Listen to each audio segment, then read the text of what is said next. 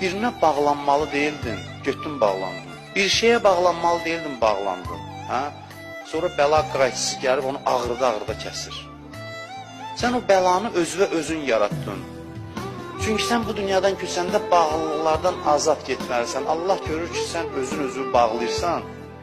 Bir dərə bəla göndərir, qayçı kimi kəsir. Qayçı da elə bir damarı kəsəndə adam necə olar? O damarlar, o ruhdan çıxan o çıxıntılar kəsilir bəlalarla.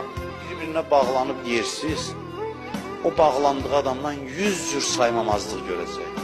100 cür hörmətsizlik görəcək, dərd çəkəcək. İndiki cavanların da çox əsas problemlərindən biridir. Həddən artıq bağlanırlar, sonra da istirab çəkirlər. Nələrdənsə qopmağın istirabını çəkirlər. Sən əvvəldən niyə buna bağlanırdın ki, sonra da bu qədər ondan sayğısızlıq görəsən?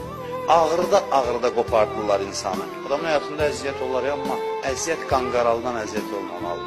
Əgər insan özü ilə məşğul olmasa, bəla ilə bu işlər tənzimlənir. Allahın bəlaları belə gəlir.